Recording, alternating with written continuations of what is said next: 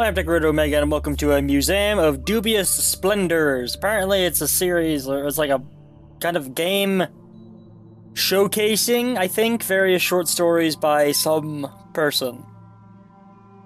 Something along those lines. Yeah, also, sorry about this being the opening screen. There was a title screen, and it was a timed title screen, so I couldn't sort out the recording before it went away, and I didn't want to restart the game just to get the title shot.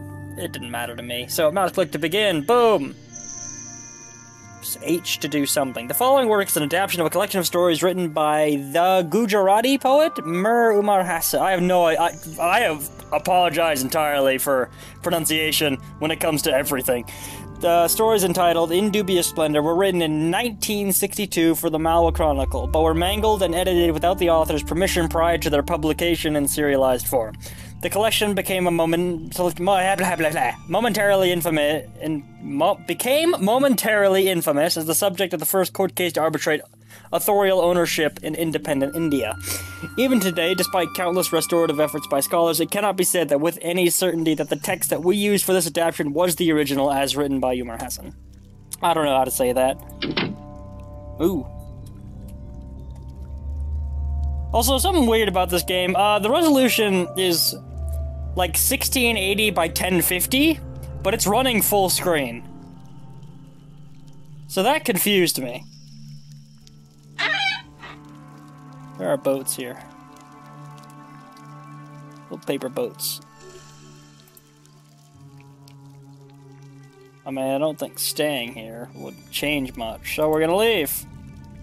How do I choose, anyways? Oh, mouse wheel. Okay. Let's do it.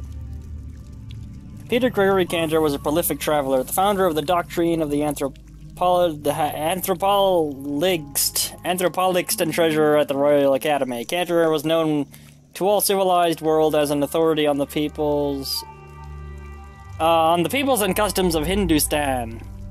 But even the all-knowing Cantor was bewildered by the apparatus, an object that he wrote parsimonial, is that a word? Parsimonial, probably a word, about in his annals, and later alluded to with deep regret in the journal that he maintained upon his return to England. The apparatus, as Cantor first described it in his book of travels, had no apparent purpose. It was a tubular object of indeterminate shape, found in the living... Tubular of indeterminate shape? I don't think that's possible, because tubular is shape. Found in the living sapses of the people of Danta, often small enough to be placed in an almirah and the I assume a lot of this is stuff that I should know, or it would make a lot more sense if I had an idea what I was talking about, but I don't, so profuse apologies. It seemed so commonplace to the people using it that Cantor could not ask what it was without crippling damage to his credibility as a member of the superior race, as he believed himself to be. Oh, joy. That it was man-made and not a creation of nature was but evident, and Cantor made specific mentions of its artifice. But beyond that record, nothing else was written about its shape or material, its color or form, or its intended purpose or providence. Cantor was so startled by its presence that he did not even name it, and only called it the apparatus whenever he made a scant mention of its presence in his annals. I assume I have to click. Oh, okay, yeah, I do.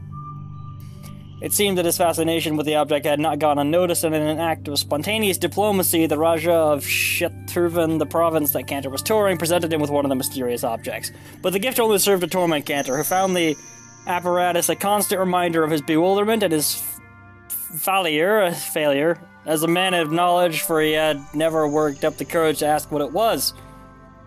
This game does need a little bit of an editor, but I guess it'd be hard to, Actually, it's not even that, because assuming the translation is at least mostly correct, it's just a little bit of spelling from what I've seen. Cantor kept the apparatus at his house in Rellington and made provisions in his will to have it displayed at this museum after his passing, hoping someone might shed light upon its mysteries. And to this day, a replica of the apparatus can be found on display, waiting for someone to identify what Cantor never could. Ooh. Wow. That's it? This is the apparatus? Okay. What's with all the hands? And there's a chair. And this is the apparatus.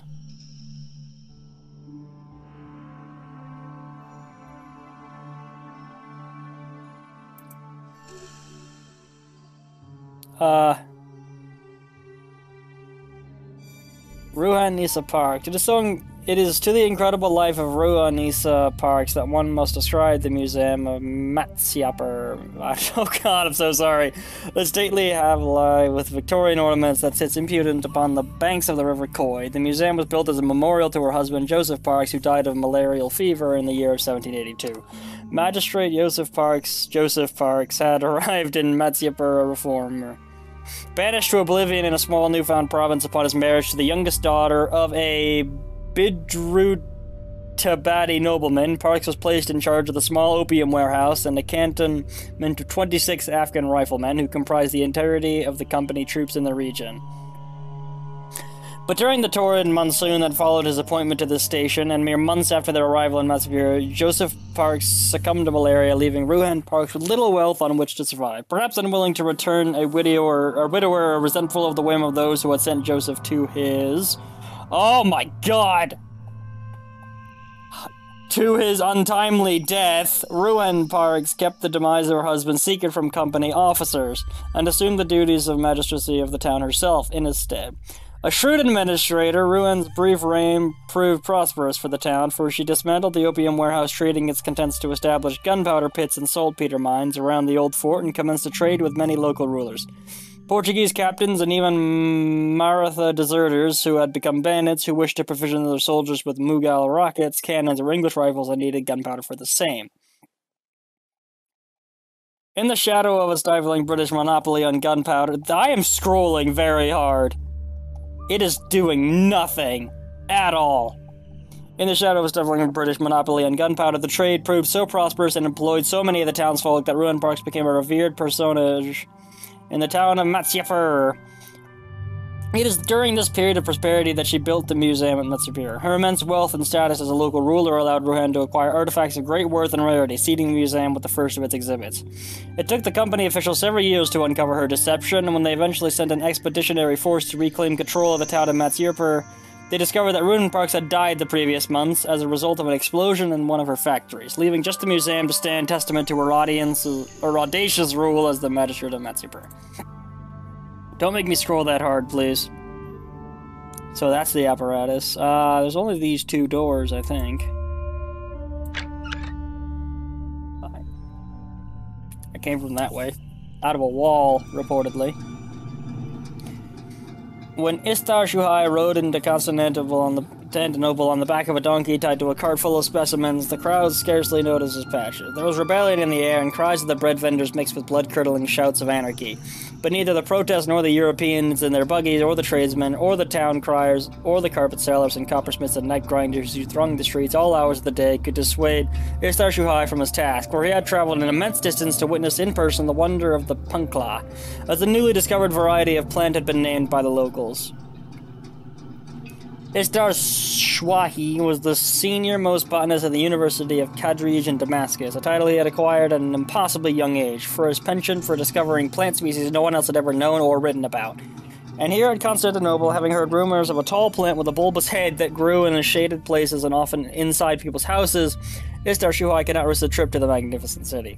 He spent the entire summer battling flies that infested the dusty air and collecting samples and specimens to be grown later at the university gardens. He would force his way into people's houses with a few polite phrases, brandishing a farman that he himself had written as if it were a regal writ, and then proceeded to take careful notes on the appearance and behavior of the punka plant. Of his notes, few have survived, but we know that he took particular interest in the peculiar nature of the foliage and noticed that the main stem was slender and appeared to never branch. He also found varieties where the stem was nearly absent, with only the broad bulbous foliage adorning the plant. Okay. In the 6th week of his enterprise, Istar Shuhai met Benjamin Wheeler, a British military surgeon who professed himself much interested in Istar's work and his discovery of the punka plants. For the next 2 weeks, Wheeler accompanied Istar on his expedition, toiling alongside the botanist to collect specimens. But a few days prior to Wheeler's return to England, Istar Shuhai was killed. He had tumbled down a well while searching for a sapling and had drowned. A sudden and unexpected death that was swallowed and forgotten in the tumult of the times.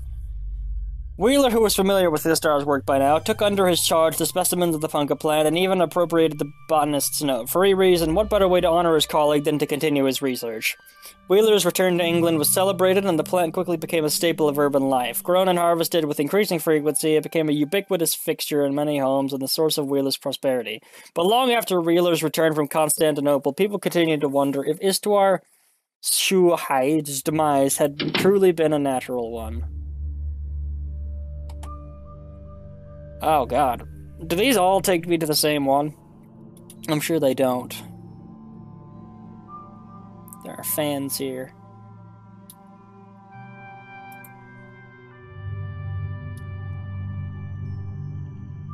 Tell you what, I'm not going to be able to recognize which symbols these are.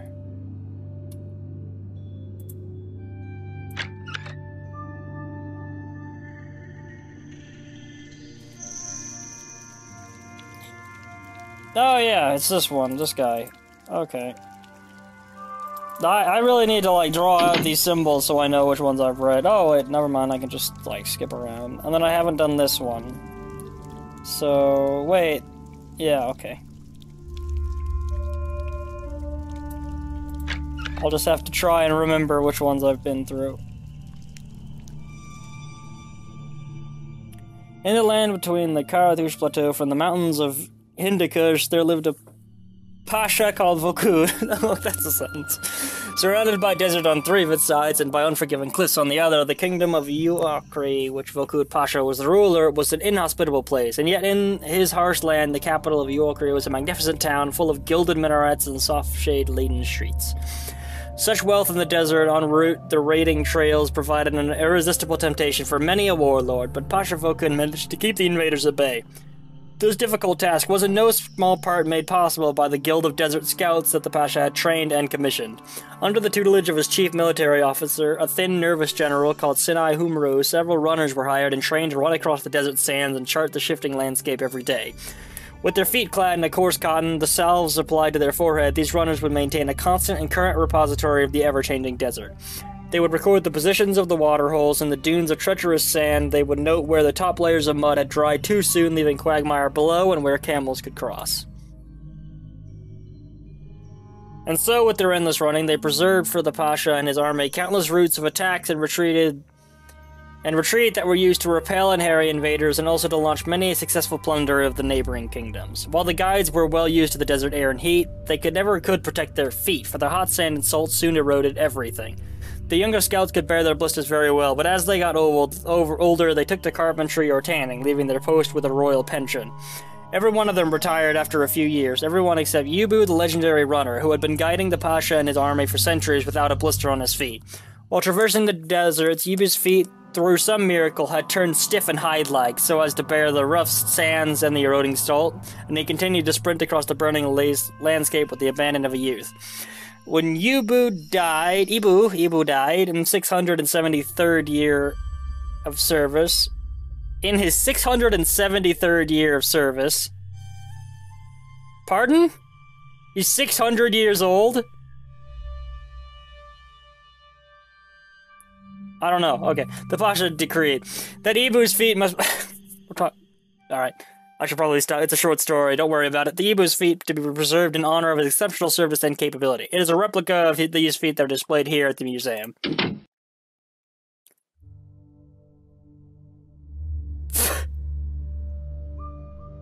Oh, okay. They're shoes. Alright, that makes a lot more sense.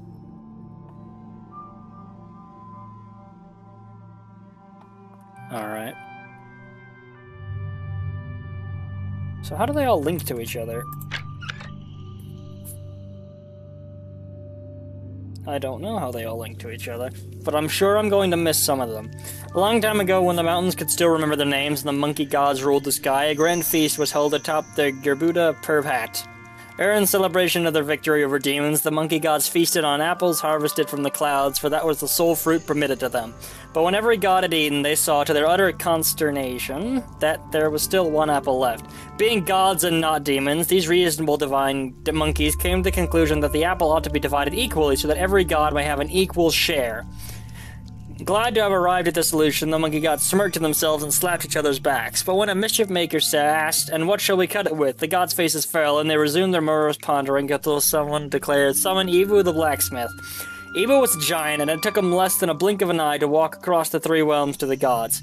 He listened dutifully to the chief amongst the monkey gods, and he nodded sagely at the request for a tool to divide the apple, then bowing his head low, rushed back to his workshop. In 10 days, Ibu returned to the monkey gods, beaming with pride at his new creation. A magnificent ray of light that stretched from infinity to infinity. The gods looked at it with some uneasiness. One of them tried to lift it and failed. Another tried in vain, and when all the gods failed to budge this piercing beam, they turned to Ibu and pleaded with him to make a smaller tool so that they might use it with some ease. And so Ibu made his way back to his workshop, and after 10 years returned again with his gleaming new invention, a shard of lightning. The gods tried their best to heft his dazzling creation, but failed yet again, for the lightning singed their coats, leaving black, unsightly streaks along some of their hands and faces. Ibu returned to his workshop yet again, and after another interminable decade of work, he approached the gods with his newest innovation, a splendid ivory tusk curved and honed to perfection. Again, all the gods tried to lift it, but found that they could not do so without also having to lift the elephant that had somehow attached itself to the other end. Much disheartened, Ibu took his rarest materials and tools and set out to craft the perfect yantra. For 100 years and 100 moons, he worked on making it small enough for the gods to handle, but in his haste, it slipped from his hand and through his floorboards. Ibu bit his tongue and watched with horror as he saw it fall to earth. Ibu returned to the monkey gods and to apologize profusely, but he saw that the gods had already left the feast, leaving their undivided apple for Ibu as payment. It is Ibu's lost yantra that is shown at this museum in a magnificent sculptural form commissioned by Maharaj Dar Singh. The knife, yeah. And there's apples raining from the sky. Oh wait, they're floating up and down, they're not raining.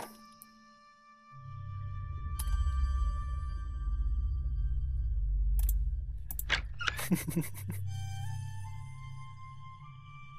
mean, he was a giant. When Daoroji died and his funeral was completed, all that was left was for his lawyer, Meta, to distribute the property as bequeathed in the will. Bequeathed? Bequeathed? I don't care. The house was divided between the three sons and their families, and the rest of the property similarly dispatched to other relatives. Every tiny object, from the cutlery to embroidered kurta, and even the table fan with the bent blades, were given to some member of the family, distant and close, with a carefully drafted note of personal import that Daoroji had written prior to his passing. Such a meticulous Ow. Such a meticulous distribution of his earthly acquisition did not surprise Meta, who, in Daoroji, had found both a conscientious colleague and a lifelong friend. So it came as some surprise to everyone when he found an apparatus in Daoroji's possession of which no mention at all was made in the will. Is it the same apparatus? Try as he might, Meta could not discern any use for the object. No one in the family had seen or ever heard of this quaint apparatus, and its purpose could not be fathomed nor its materials identified. Its place of discovery was also surprising, for it was found on Daoroji's deathbed, resting below his head in the moments prior to his death as if it were a possession of great value. It's a pillow. Bewildered by this unexplained object, Meta was only too glad to donate to the museum where it now resides. Yeah, it's a pillow. God, that one's a lot more obvious. I don't think I've been in this one yet. I really should just, like, mark down which of these I've been in, and which ones I haven't been in.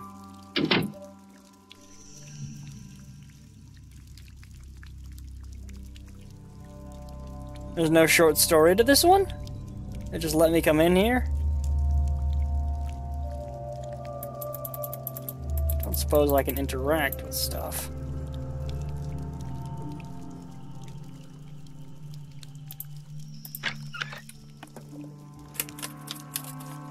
Yeah, I should. Where is my... There. It was the trepidation that Henry clambered upon the podium, his fingers a nervous tremble and his temples throbbing as he launched hesitantly into the paper he was presenting at the Royal Society. Conscious of the blasphemous nature of his discourse and perhaps anticipating the scorn that inevitably followed, Henry stopped at every third syllable, mumbled most of his arguments, and only ever alluded to the works of his colleagues in barely audible tones. Nonetheless, the gist of his argument was immediately recognizable and even more immediately discarded and reviled. Meanwhile, Henry, oblivious to the dissenters, continued his description of a receding fabric of the sky and observed and recorded by Hussein Massoud in his books of almanacs that Henry had been painstakingly restoring for the past 3 years. 10 years ago, when Henry was still a young administrator, he had been appointed to the Zilla Vodopiker, and under his domain was placed the care of the town of Ordi. Ordi was the site of the great observatory by Maharaj Goshal Singh Bangla, and Henry was distressed at finding the place and its delicate astronomically inclined buildings plundered and riddled with cannonball holes. The excavations and restoration he commissioned there had occupied the best years of his service, and his devoted effort had led him to an inescapable conclusion, that the chief astronomer at Ordi, a scholar by the name of Hussein Masoud, had discovered a fundamental truth about the universe that still eluded his Occidental brethren. Masoud had claimed with reliable detail that the known universe seemed to be splitting apart and would eventually scatter its components across an infinitude of distance. It was the need to share this observation that had occasioned his lecture at the Royal Society, but Henry realized it had all been a mistake. His attempt at galvanizing support for the study and for the accumulation of Masoud's writings were laughed at, and by the end of the evening he skulked away unnoticed, but comforted by the singular thought that at least he had not handed over all his findings and artifacts from Ordi to the archivist of the Society, where they would doubtlessly have been thrown in the basement and never be heard from again. Instead, he kept most of the plundered wealth from Ordi for himself. The brass astrolabes and the copper-ringed armillary spheres made from marble discs that had been repaired and now adorned his study. But his favorite possession of the lot was an inconspicuous box full of strange sticks that were bulbous on one end. He did not know what this device did or how it was meant to function, but he held it onto it until his untimely death, whereby the box was auctioned to a collector of colonial artifacts. A replica of this box is kept here in the museum in memory of Henry's contribution to the restoration of Ordi and continued relevance of Hussein Masoud's writings that are now widely acknowledged to have been prophetic and accurate. Oh, matches. Okay.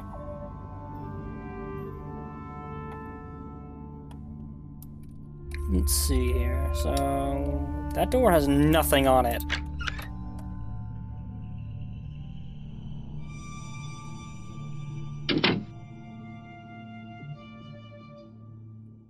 Oh. Okay. What is this? It was the last object she gazed upon, the portrait of Ruan, the progenitor of this Sangralia. I don't know. There was a vindictive anger in her trembling fingers as they pulled at the marble within the ornate frame to try and wrench the portrait loose. I will not let them take this, she thought. I will not let them steal from me this last tangible memory of Ruhan, my grandmother. As Prabha Parks heaved at the mural stick to the wall and tried and dislodge the portrait of Ruhan, unbidden tears sprang to her eyes. She had lived in this Haveli for as long as she could remember. The museum was the only home... Where'd my pencil go? I put it down somewhere. Where did I put it? Did I put it there? Did I drop it? Where did I put it? Hang on, I'll deal with you in a second, story. I lost my pencil. I need that. There it is. Okay. We're fine.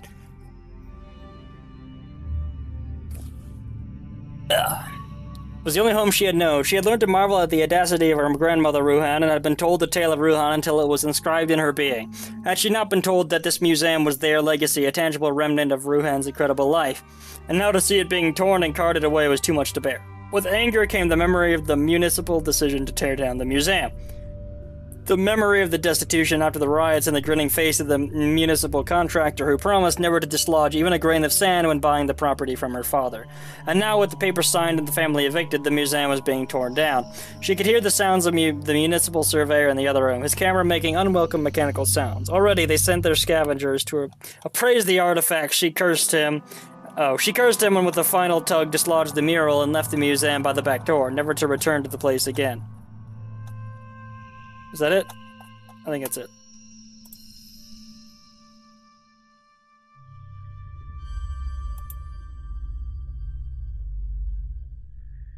Oh, okay. So it's just kind of finding your way to the end. I'm sure there are some that I did not read. That was a neat little thing. I like how, like, there was always something mentioned, and it explained an object. And then you had to... And then it would always be, like, extremely obvious what the object could be, with the exception of the pillow. That one was just really straightforward, once I saw the pattern of how things were going. I mean, I don't think the toothpaste was mentioned at all. Alright, thank you so much for sticking with me. I hope you stop by again sometime. Again, I profusely apologize for mispronouncing every single word in this game. I can't help it. Alright, bye.